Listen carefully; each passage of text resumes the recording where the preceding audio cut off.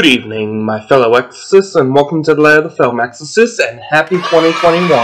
It looks like you've made it this far, so congratulations, and hopefully you get through this year. Tonight, we will be taking a look at Star Wars The Mandalorian Season 2. Din Djarin travels the galaxy to find someone to train Grogu in the ways of the Force, meeting both new and old characters along the way. Now, before we move on to my opinion, I'd like to just announce that this video is sponsored by Animal. So go buy yourself some amazing low-priced anime merch, including cute figurines to brighten up your collection, and every time you use the code FILM, you'll get 5% off your purchases. And if you don't use the code, the demons of hell will be sent to you real soon. Now, let me make it very clear that, like most, I feel that this show, like the Clone Wars, is one of Star Wars' definitive knockouts, especially during Season 2, which showed us even more that Dave Filoni and Jon Favreau are the true writers of Star Wars. And while there were many other directors during the show's run, they all had to answer to these two, and their grand plan for the Mando and Grogu. Now, during this season, our heroes aren't technically on the run like the first one. Instead, they're going through the galaxy looking for Grogu's people, the Jedi, who have been reduced to a small handful of people, and he does this by looking for other Mandalorians who might know where to find them. I also love how this season literally did its best to humanize Din Djarin, and a little more each episode, which it's the moments where he acts like a proud father towards Grogu, or when we see true terror during the moments that the Mandalorian might actually be in a situation that he can't get out of, alone. Now, I can see that a lot of people come to this show just to see Grogu, but really, what they should be watching for is the amazing development that Din goes through.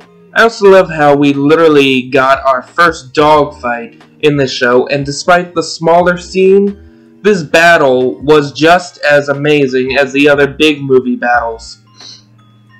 And I don't think this is really a big secret anymore, but we get a lot of amazing moments from a lot of people's favorite Star Wars characters, Boba Fett and Ahsoka Tano. But let's not spoil those story moments, because I feel you guys should experience them yourselves instead of me telling you every detail. Now, I will say my favorite episodes had to be the last two, because they seem to have the most heart. Episode 15, or The Believer, admittedly shows us a better point of view of an ex-Imperial Stormtrooper through Bill Burr's character, Migs Mayfield. And it also shows us that Din would do anything for Grogu, even if it means throwing away his own beliefs. In episode 16, The Rescue, gives us the best moments of the series, which I refuse to spoil for you guys, but I will tell you that watching this episode did feel like we were watching someone play the Jedi Knight series of video games. Now, I was kind of sad about one of this scene's settings, and that was the legendary home of the Jedi, Tython, because it really didn't meet my expectations, especially after remembering all those times I played on the Old Republic game.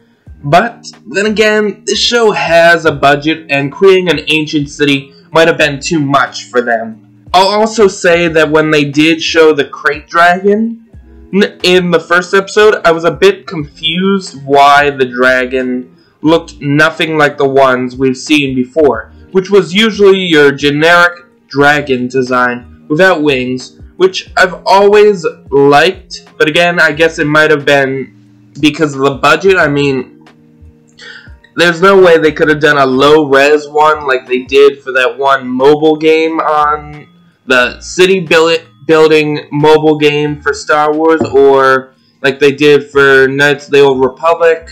So they could have used any of those models and just scaled it up a bit and made it look normal. But I guess a giant sandworm works too. I mean, who doesn't like Tremors? So, yeah, for this season, I would like to give it a 10 out of 10. And I can say that if the rest of the shows coming out are as good as this one, then Disney will have definitely found their way in the universe. So I'd recommend this to anyone who hasn't already seen the series, because I'm sure there are many of you, including Wolf Entertainment, who haven't joined the Mandalorian fanbase. So don't forget to like, comment, and subscribe, and hit the little notification bell, and stay tuned because we got a lot of new videos coming your way, including a review of the final season of the Clone Wars, an interview with Opal, the channel's artist, a video with Echo Base Network, and a review of Soul. Not in that order, but stay tuned and have a great night, everybody, and hopefully this year turns out to be a whole lot better. I mean, honestly, since we're already at the bottom, there's only the way up, or we can only go higher. So, good night, everybody.